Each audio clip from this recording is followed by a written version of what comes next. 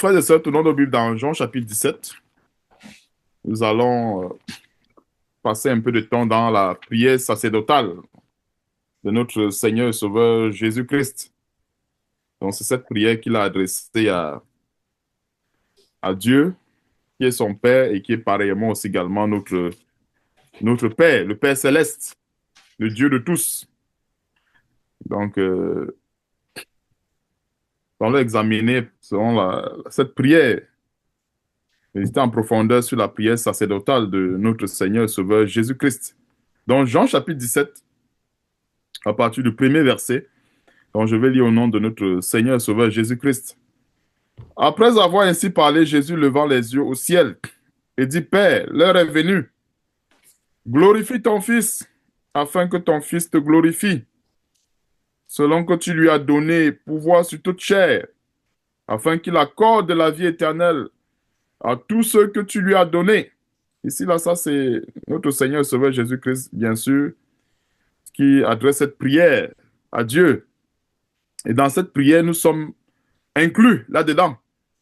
Parce qu'il s'agissait quelque part en fait, le Seigneur Jésus-Christ demandant à son Père de le glorifier, hein, ce qui n'est que tout à fait normal. Vous savez, la parole de Dieu dit l'ouvrier mérite son salaire. Donc, c'était tout simplement, ça ne veut pas dire que non, Dieu ne reconnaissait pas son salaire, mais Dieu a bien voulu que tout s'obtienne aujourd'hui par la prière.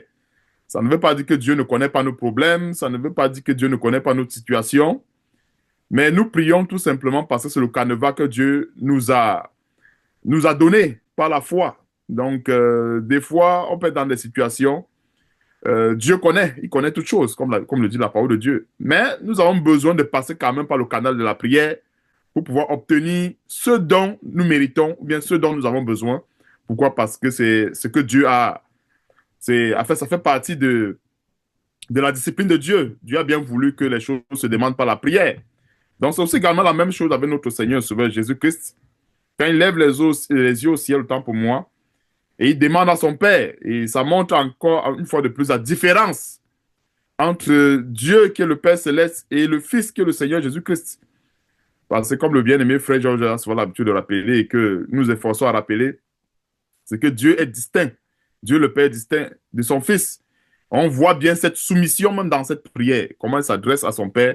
Il demande à son Père de le glorifier afin que, selon ce qui est écrit au verset 2, afin que lui aussi également, c'est-à-dire le Fils, puisse également accorder la vie éternelle à tous ceux que Dieu lui donnera par la foi, c'est-à-dire tous les chrétiens que Dieu appellera en aussi grand nombre, après, que ce soit après les disciples, que ce soit après nous. Donc, tous ces gens, nous sommes tous inclus dans cette prière. Verset 3. Or, la vie éternelle, c'est qu'ils te connaissent, toi, le seul vrai Dieu. Et je vais souligner ce détail, le seul vrai Dieu, parce que il y a, il y a un verset qui peut prêter à confusion.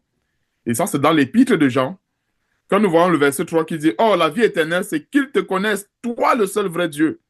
Et on va souligner ensemble le détail, le seul vrai Dieu. Et il y a une différence entre le seul vrai Dieu et l'envoyé. On va le voir plus tard dans 1 Jean chapitre 5. Donc, le seul vrai Dieu est celui que tu as envoyé, Jésus-Christ. Donc, raison pour laquelle on va aller dans 1 Jean chapitre 5, on va mieux comprendre pourquoi est-ce que je m'atteste sur ce détail, le seul vrai Dieu. Et ça c'est un détail euh, qui va normalement aider ceux qui sont encore, comment dirais-je, troublés par la divinité de notre Seigneur et Sauveur Jésus-Christ. Qu'en fait, il n'y a pas de confusion à ce. En fait, Dieu n'est pas un Dieu de confusion. Donc, on parle le seul vrai Dieu. Ça ne veut pas dire que c'est Jésus-Christ qui est Dieu, mais c'est qu'il existe un Dieu qui se glorifie en son Fils. Donc, ce n'est pas Jésus-Christ. Donc, le seul vrai Dieu, donc, c'est, j'ouvre tout simplement une petite parenthèse sur le seul vrai Dieu. Donc, tournons nos Bibles, frères et sœurs, dans 1 Jean chapitre 5, au verset 20. Ça, c'est généralement un verset qui met dans la tourmente tous ceux qui croient que Jésus-Christ est son propre Père et bien son propre Fils. Dans 1 Jean chapitre 5, verset 20, il est écrit, nous savons aussi, bon, commençons à partir du verset 18, il faut vraiment être dans le contexte, parce que vous savez, très souvent, pour comprendre la parole de Dieu, il faut prendre tout le contexte. Parce qu'en général, les interprétations, comment les gens réussissent à faire l'interprétation particulière de la parole de Dieu, c'est que il enlève un verset de son contexte. Et quand on enlève un verset de son contexte, chacun peut comprendre à sa manière ou bien à sa façon. Alors, lorsque nous prenons tout le contexte avec le verset, nous avons la compréhension exacte. Donc, je vais nous prier de commencer un peu plus haut pour être vraiment dans le bain. Donc, verset 17, commençons à partir du verset 17. Toute iniquité est un péché, et il y a tel péché qui ne mène pas à la mort. Verset 18. Nous savons que quiconque est né de Dieu ne pêche point, mais celui qui est né de Dieu se garde lui-même, et le malin ne le touche pas. Donc, ici, il s'agissait d'un sujet du péché, et le sujet était ici Dieu. Enfin, le sujet de cette question, c'était Dieu. Il s'agissait de Dieu ici. Donc, c'est quiconque est né de Dieu, pas quiconque est né de Jésus-Christ. Quiconque est né de Dieu ne pêche point, mais celui qui est né de Dieu se garde lui-même et le malheur ne le touche pas. Verset 19. Nous savons que nous sommes de Dieu. On continue toujours avec le même sujet. C'est-à-dire que c'est, parce qu'en général, pour comprendre des versets, c'est-à-dire on comprend le sujet depuis le début. On parle toujours de Dieu. Donc, nous savons que nous sommes de Dieu et que le monde entier est sous la puissance du malin. Verset 20. Nous savons aussi que le Fils de Dieu est venu. Là, maintenant, le sujet est un peu plus élargi. C'est-à-dire, nous rentrons un peu plus en profondeur dans la connaissance de ce Dieu-là. C'est-à-dire que Dieu a été évoqué de manière sommaire dans le verset 18 et le verset 19. Maintenant, nous rentrons en profondeur dans la connaissance de ce Dieu-là. C'est d'où le verset 20. Nous savons aussi que le Fils de Dieu est venu et qu'il nous a donné l'intelligence pour connaître le véritable. Quel véritable? On ne peut pas dire le véritable Fils. Je ne sais pas si vous comprenez un peu. Connaître quel véritable? Le véritable Dieu, bien sûr, puisque c'est de ça qu'il est question depuis le verset 18 et le verset 19. On parle d'un même sujet, et au verset 20, on rentre en profondeur pour justement mieux expliquer de quoi il est question. Alors, pour parler de Dieu, il faut d'abord parler de Jésus-Christ. Ça, c'est clair. C'est pour ça qu'il dit dans Jean chapitre 14, verset 6, Jésus-Christ est le chemin, la vérité et la vie. Donc, on ne peut pas parler du vrai Dieu s'il n'y a pas Jésus-Christ. Ce n'est pas possible. Donc, c'est pour cela que le verset 20 nous éclaire encore en profondeur sur ce véritable Dieu-là. Donc, et qui nous a donné l'intelligence pour connaître le véritable. Il ne s'agit pas du véritable Fils, le véritable Dieu. Et nous sommes dans le véritable. Il s'agit toujours du véritable Dieu. En son Fils Jésus-Christ. Donc, quand nous sommes en Jésus-Christ, nous sommes dans ce véritable Dieu qui est le créateur du ciel et de la terre, qui est le Père de notre Seigneur et Sauveur Jésus-Christ. C'est pour ça que je demande qu'on souligne au verset 3 quand il a dit le seul vrai Dieu. Donc, c'est la même chose. La parole de Dieu, c'est-à-dire qu'il n'y a pas de... C'est la même parole. C'est-à-dire, des fois, le contexte peut un peu changer. Il peut y avoir des ajouts, il peut y avoir des approfondissements dans la parole de Dieu, mais le contexte initial reste pareil. Dieu ne change pas. Dieu ne va pas dire à un moment donné dans sa parole que non, il est le Fils. Après, quelque part, il dit que non, non, Dieu, notre Dieu n'est pas un Dieu de confusion. Ça doit être vraiment un sujet qui est clair parmi nous. Donc, à savoir, verset 20, et nous sommes dans le véritable, en son Fils Jésus-Christ. On ne peut pas dire, ça serait un petit peu insensé qu'on parle de Dieu et maintenant qu'on introduit le Fils pour approfondir ce Dieu-là, maintenant on oublie rapidement le sujet de départ et on tombe maintenant dans le Fils. Et ça, vous voyez, ça serait une forme de confusion. Parce que depuis le verset 18-19, c'est de Dieu qu'il est question. Maintenant, donc, quand on arrive donc, pour développer en profondeur de quel Dieu il est question, on ne peut pas développer le sujet du vrai Dieu sans parler du Fils qui est notre Seigneur et Sauveur Jésus-Christ. Alors, donc, c'est pour ça que le verset 20 nous fait comprendre ceci. Et nous sommes dans le véritable, en son Fils Jésus-Christ. C'est lui qui est le Dieu véritable et la vie éternelle. Donc, quand on met c'est lui qui est le Dieu véritable, vous voyez très souvent, si on ne prend pas le sujet au départ, beaucoup coupent rapidement, comme on a introduit le Fils au verset 20, beaucoup coupent rapidement en disant que c'est Jésus-Christ qui est le Dieu véritable en réalité, que ce n'est pas, que c'est lui en fait que la Bible parle depuis, c'est le Fils. Et donc, c'est une petite parenthèse vraiment une parenthèse qui est très importante pour essayer d'éclairer la plupart de ceux qui pensent encore que Jésus-Christ est Dieu et tout, pour savoir qu'il n'y a pas de confusion à cet égard. Donc, il n'y a aucune confusion à cet égard. Pourquoi? Parce que quand nous voyons dans la prière sacerdotale du Seigneur Jésus-Christ, il mentionne lui-même la connaissance du seul vrai Dieu qui est en dehors de lui. Et quand nous partons dans l'épître de Jean reprend la même chose en approfondissant, en fait, au verset 20, la connaissance de ce vrai Dieu-là. Donc voilà un peu, je refais la parenthèse à ce niveau pour qu'on comprenne encore en profondeur que quand le Seigneur Jésus-Christ parle du vrai Dieu, il ne parle pas de lui-même, il parle justement de celui qu'il a envoyé, c'est-à-dire son Père qui est pareillement également aujourd'hui notre Père céleste. Donc, revenons dans Jean chapitre 17, verset 3. Oh, la vie éternelle, c'est qu'ils te connaissent, toi, le seul vrai Dieu, et celui que tu as envoyé. Il y a une conjonction de coordination. Donc, il faut. Donc, nous sommes. Donc, dans cet évangile nous amène à la connaissance de qui? De Dieu le Père et de son Fils, qui est le Seigneur Jésus-Christ. Donc, c'est vraiment distinct.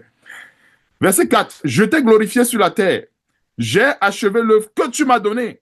Il ne peut pas achever l'œuvre que lui-même s'est donnée. Voilà un peu. Il a été l'envoyé de Dieu et il achève autant pour moi l'œuvre que son Père Dieu l'a donnée. Verset 5. Et maintenant, toi, Père, glorifie-moi auprès de toi, même de la gloire que j'avais auprès de toi avant que le monde fût. Et ceci montre en clair que notre Seigneur Jésus-Christ a toujours été en harmonie avec son Père céleste depuis que le monde fut. C'est pour ça que dans l'Apocalypse, il est écrit que je suis l'alpha et l'oméga. Et, et très souvent dans la compréhension des versets, on ne peut pas comprendre les choses spirituelles avec notre petit cerveau, c'est-à-dire avec notre petit entendement. Et même même quand l'Apocalypse parle du trône de Dieu et du trône du Seigneur Jésus-Christ, s'il faut voir le trône là, en fait, comment dirais-je, comme une chaise des hommes, ça peut troubler. Et très souvent, pour comprendre les choses spirituelles, nous devons le comprendre avec l'esprit. Et non seulement le comprendre avec l'esprit, mais le comprendre aussi également comme des enfants. Parce que, quelque part, c'est ça qui nous aide aussi également dans la compréhension. Parce que si on dit à un enfant qui a un père et un fils, pour l'enfant, c'est un père et un fils. L'enfant ne va jamais ramener le père et le fils sur la même ligne en disant que non, le père égale au fils. Je ne sais pas si vous comprenez un peu de quoi il est question. Donc, quand il y a un père et il y a un fils, ça veut dire qu'il y a une autorité parentale et il y a un fils qui est soumis à l'autorité parentale, qui est l'autorité, dans le cas d'espèce, du père. Donc, verset 5, et maintenant, toi, Père, glorifie-moi, ça c'est la prière sacerdotale, auprès de toi, même de la gloire que j'avais auprès de toi avant que le monde fût. Donc, voici un détail qui nous montre que le Seigneur Jésus-Christ avait une gloire auprès de son Père avant toute chose. C'est-à-dire, avant la création de toute chose, le Seigneur Jésus-Christ, il avait une gloire, il avait une place auprès de son Père. Et c'est depuis cette position qu'il a été envoyé pour venir sauver l'humanité. C'est-à-dire, ce n'est pas Dieu lui-même qui s'est fait, comment on dirait, c'est-à-dire, quand on parle de la parole de Dieu, s'est fait chair. Et nous avons tous les détails dans la parole de Dieu. La Bible dit que Jésus-Christ est la parole de Dieu. Donc, la parole de Dieu s'est fait chair, ça ne veut pas dire que c'est forcément Dieu qui s'est transformé en chair littéralement. Non, la parole de Dieu s'est fait chair. Alors, nous avons une similitude, comme dans l'Apocalypse chapitre 19, verset 13, Jésus-Christ est la parole de Dieu. Alors, le Père qui envoie son Fils, ça c'est une démonstration claire de la parole de Dieu qui s'est fait chair.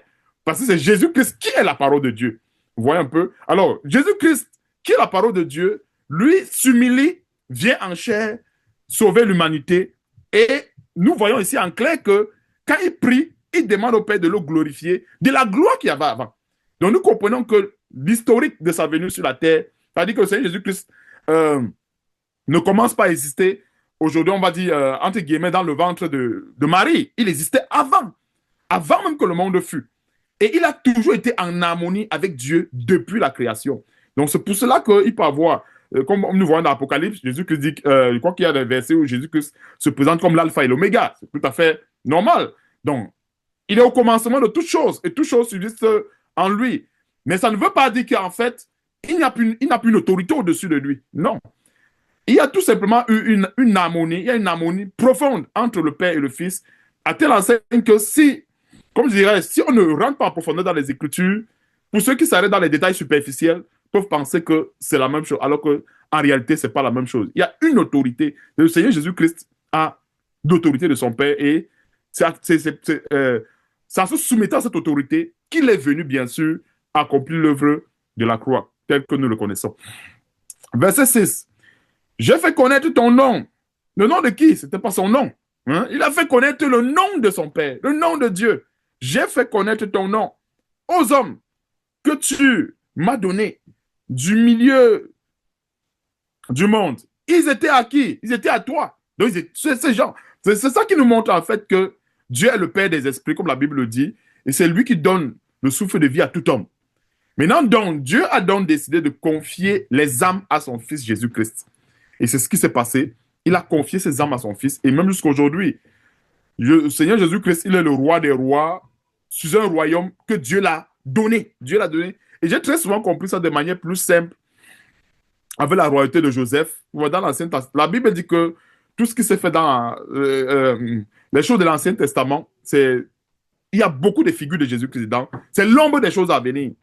Et si on regarde bien avec la royauté de Joseph, Joseph était en réalité le roi.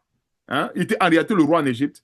Mais tout ce qui fait la différence entre Joseph et Pharaon, c'était que le trône. Mais toutes les décisions étaient prises par Joseph. Quand il fallait n'importe quoi en Égypte, c'était Joseph. Mais, et si on regardait bien, si on a bien suivi l'étude de Genèse, je crois que le frère Joe l'avait donné, et si on a bien médité dans Genèse, on va bien comprendre que Joseph, en réalité, était pleinement soumis à Pharaon. Il était soumis à Pharaon, bien qu'ayant tous les pouvoirs. C'est-à-dire que Joseph pouvait outrepasser le pouvoir de Pharaon, mais il ne l'a pas fait. Parce que même quand sa famille est arrivée, il allait informer son chef. Tu vois un peu, bien qu'ayant un pouvoir, entre guillemets, discrétionnaire, qui, par exemple, par orgueil, ne le permettait pas de le faire, mais il reconnaissait quand même qu'il y a un pharaon qui l'a placé à cette position et qui devait lui rendre compte. Tu vois un peu, même si ce n'étaient pas des choses qui étaient, comment dirais-je, que peut-être Pharaon n'entendait pas, mais il avait ce devoir-là d'honorer l'autorité de Pharaon. Et c'est la même chose que nous avons avec le Seigneur Jésus-Christ.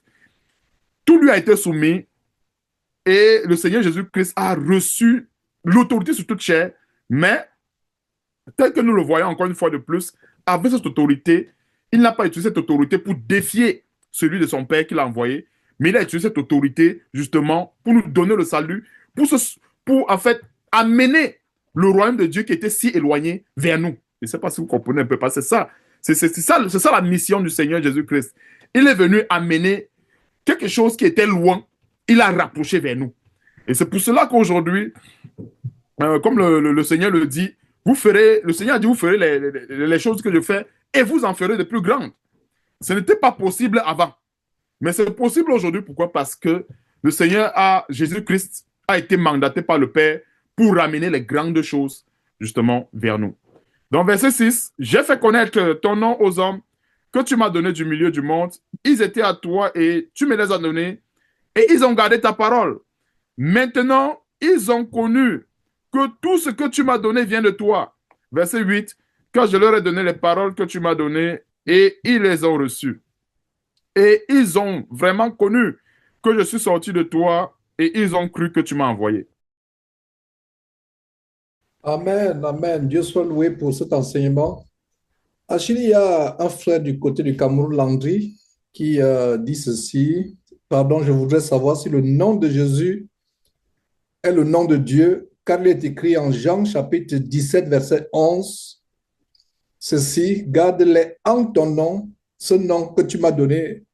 Voilà, donc je ne sais pas si tu peux adresser cela très brièvement. Je reprends. Je voudrais savoir si le nom de Jésus est le nom de Dieu, car il est écrit dans Jean 17, 11, que garde-les en ton nom, ce nom que tu m'as donné. Donc, ouais. Oui, le nom de Jésus-Christ est le nom de Dieu. C'est le même nom sur le plan de... Parce qu'en fait, Jésus-Christ est la parole de Dieu. Et Jésus, quand il a la parole de Dieu, ce n'est pas sa parole à lui, c'est la parole du Seigneur.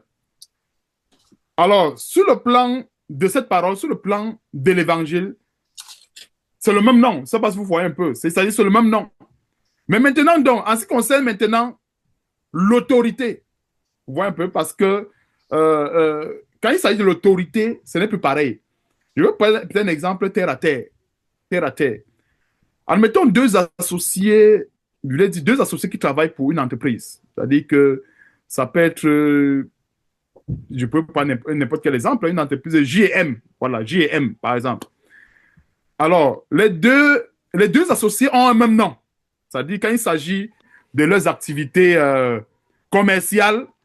Admettons que c'est Luc qui est l'associé premier. En fait, il y a deux associés, Luc et Patrick. Donc, peut-être un exemple, Luc et Patrick, qui ont une entreprise en commun qui s'appelle GM. Alors, sur le plan de la représentation de l'entreprise, c'est-à-dire que quand on veut voir l'entreprise GM, Patrick peut représenter l'entreprise GM, tout comme Luc. Je ne sais pas si vous voyez, je crois que j'ai pris Luc et Patrick. Mais par contre, si on rentre dans leur identité propre, hein, c'est-à-dire on veut maintenant voir l'identité propre des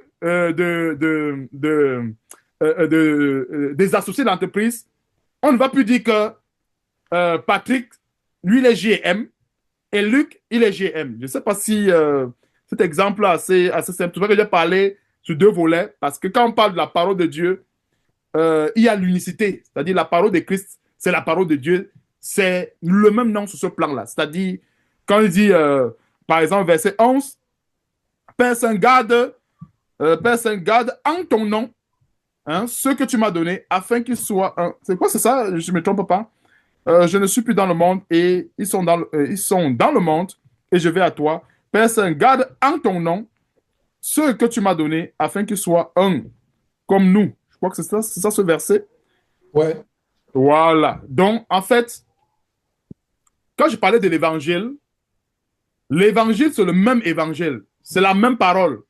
Donc, c'est le même nom. En ce sens où le Seigneur Jésus-Christ ne parle pas de lui. Il parle du nom de son Père. C'est-à-dire qu'on parle toujours du même nom. Il parle pour la gloire de son Père. Mais maintenant, donc, quand il s'agit de l'œuvre, l'élément qui est mis en exergue, l'autorité. Ce n'est plus le même nom. C'est-à-dire, le Seigneur Jésus-Christ, qui est le Fils, agit pour le compte de son Père, c'est-à-dire celui qui l'a envoyé.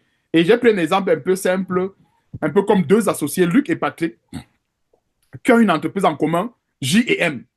Donc, c'est pour dire que si, vous savez, est-ce que sur le plan des entreprises, il y a ce qu'on appelle la personne morale et la personne physique. Donc, en ce qui concerne la personne morale, si on veut voir J&M, Luc et Patrick peuvent représenter J et M. Pourquoi? Parce qu'ils ont une même personnalité morale. Mais, je ne sais pas si beaucoup de gens vont comprendre un peu quand je rentre un peu dans ce genre de droit. La personnalité morale de J et M, ça peut être imputé à Luc comme à Patrick parce que tous deux ont la même société. Maintenant donc, quand il s'agit de la personnalité physique, ce n'est plus... Patrick va prendre son propre nom et Luc va prendre son propre nom. Donc, voilà un peu un petit détail que j'aimerais donner un peu là-dessus. Je crois qu'il y a des frères qui veulent intervenir. Pas pour, Tout à fait, Achille. Avant de passer la parole à Claude, je ne sais pas si Landry est en train de suivre. Et si tu suis Landry, j'espère très bien que tu n'es pas influencé par cette doctrine diabolique de Jésus-Christ qui est en même temps son propre Père et son propre Fils. J'espère bien. J'aimerais poursuivre sur ce qu'Achille vient de dire en nous invitant d'aller très rapidement en Matthieu chapitre 1, le tout premier chapitre de Matthieu sur la révélation de la venue sur terre du Seigneur Jésus-Christ au travers de Marie.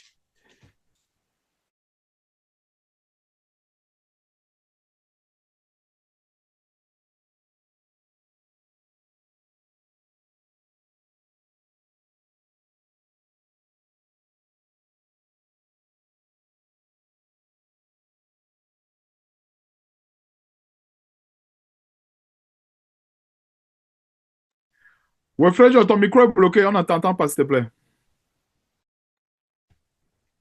Ok, quelle est la dernière parole que vous avez entendue? Achille, quelle est la dernière parole que vous avez entendue, que vous avez entendue? Matthieu chapitre 1. Ok, donc allons dans Matthieu chapitre 1, les révélations sur la venue de Jésus au ciel. Et je disais que j'espère que Landry n'est pas dans cette mouvance diabolique de Jésus qui a en même temps son propre Père et son propre Fils. Et si vous croyez en ce Jésus, vous croyez en un démon, vous croyez à Satan qui veut prendre la place de Dieu, qui veut être Dieu, être l'égal de Dieu. J'espère que cette question n'est pas fondée par rapport sur cette confusion. En fait, il ne devrait même pas avoir de confusion. Et voyons les détails sur comment Jésus est venu sur terre. Et l'ange qui, au verset 20, Matthieu chapitre 1, apparaît en songe à Joseph. Voilà ce qui est dit au verset 21. Elle, c'est-à-dire que la femme de Joseph, Marie, enfantera un fils et tu lui donneras le nom de Jésus. C'est lui qui sauvera son peuple de ses péchés. Donc, le nom de Jésus signifie le salut du péché. Et par rapport à ce qu'Achille disait, Jésus est le nom par lequel Dieu nous sauve du péché. C'est le nom Jésus. C'est le nom Jésus. Jésus signifie salut du péché, sauver du péché, délivrant du péché. Et verset 23, voici la Vierge sera enceinte, elle enfantera un fils et on lui donnera le nom d'Emmanuel. Emmanuel et Jésus, c'est la même chose. Mais Emmanuel a une autre signification. Emmanuel va plus loin, ce qui signifie Dieu avec nous. Donc, il y a une proximité, une, je vais dire, une singularité entre Dieu et Jésus-Christ. Même s'ils sont distincts l'un de l'autre, dans le plan de salut, Jésus est le plan de salut de Dieu. Jésus est Dieu avec nous, Emmanuel. Donc maintenant, qu'en est-il? Il y a des gens qui vont dire, mais donnez-nous alors le nom de Dieu. Et là, j'ai été confronté à ces personnes. Il dit, mais où alors le nom de Dieu? Donnez-moi le nom de Dieu. Et quand vous voyez un frère ou une sœur commencer à prendre cette tangente, cette pente, vous comprenez qu'il ne vient pas pour comprendre, il vient pour argumenter. J'espère que ce n'est pas le cas de Landry. Claude, débloque ton micro, s'il te plaît.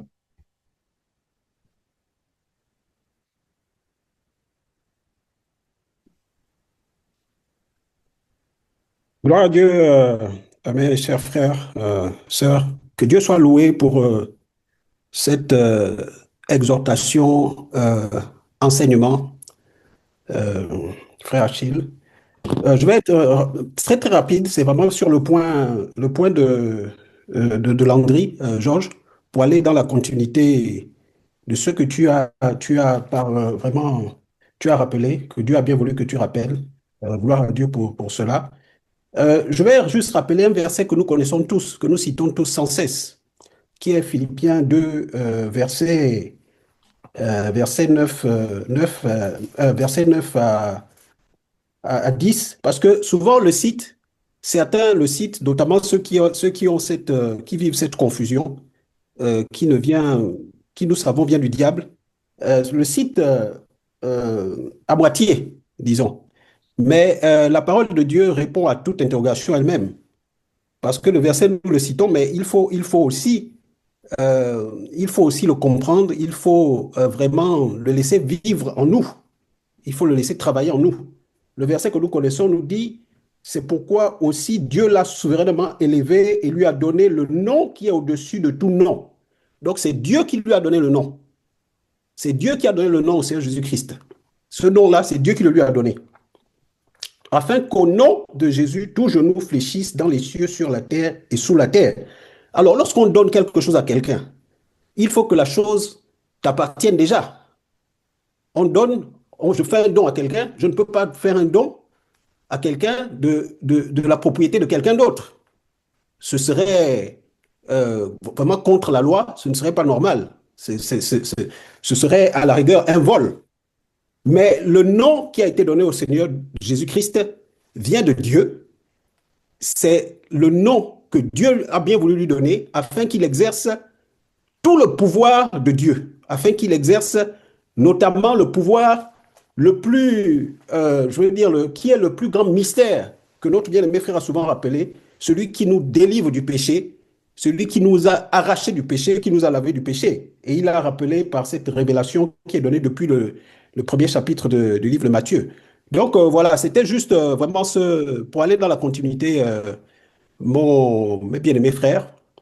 Et donc que Dieu soit loué, que Dieu soit infiniment loué pour cette exhortation frère Achille. Dieu soit vraiment loué pour ce passage que tu viens de nous lire.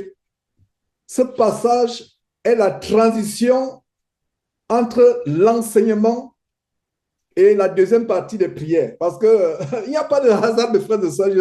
Je tressaille de joie parce que ce verset dit quoi? Le verset que le frère Claude vient de nous partager pour renforcer le grand nom. C'est pourquoi verset 9, Philippiens chapitre 2, verset 9, c'est pourquoi Dieu l'a souverainement élevé et lui a donné le nom qui est au-dessus de tout nom, afin qu'au nom de Jésus, tout genou fléchit. Donc, quelle merveilleuse transition entre l'enseignement, cette question sur Jésus, qui est le Fils de Dieu.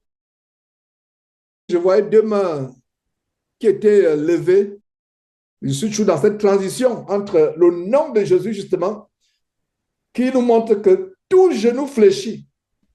Donc, le genou de la sorcellerie dans ta vie, dans ta famille, fléchit au nom de Jésus. J'ai vu deux mains levées. Franck, débloque ton micro, s'il te plaît.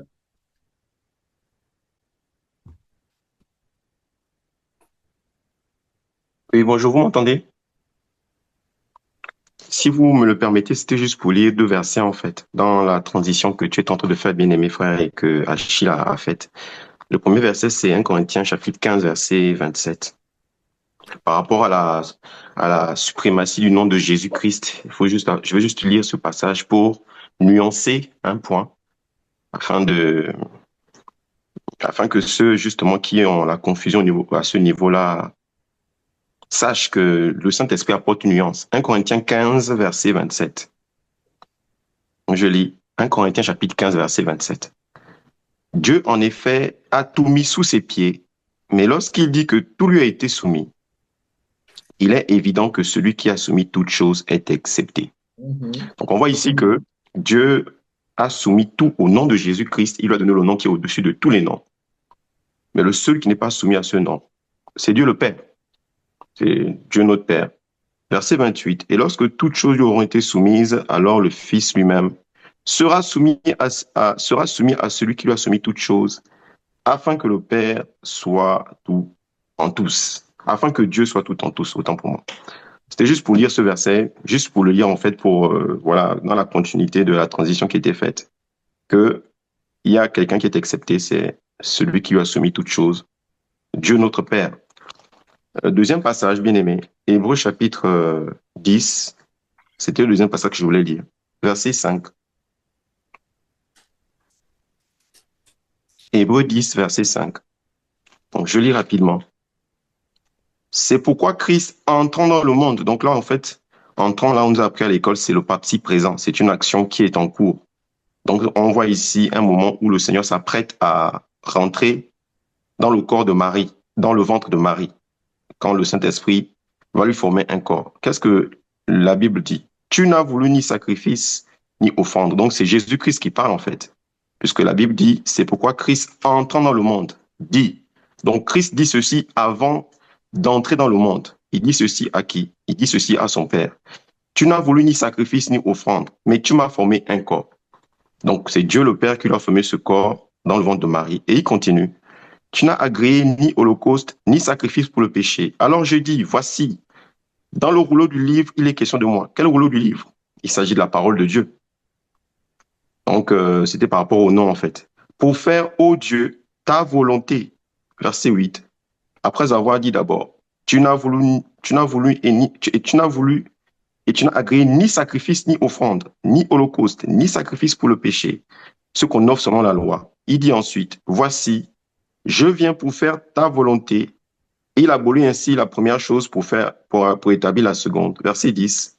C'est en vertu de cette volonté que nous sommes sanctifiés par l'offrande du corps de Jésus-Christ une fois pour toutes.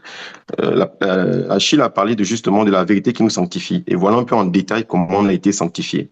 Lorsque Christ a pris le corps que son Père lui a formé, en venant faire non sa volonté, mais la volonté de son Père, pour que nous soyons sanctifiés par cette vérité-là qui est la volonté de Dieu. Voilà, bien aimé, c'est ces deux versets que je voulais lire, juste pour dans la continuité de ce qui était dit. Dieu soit loué.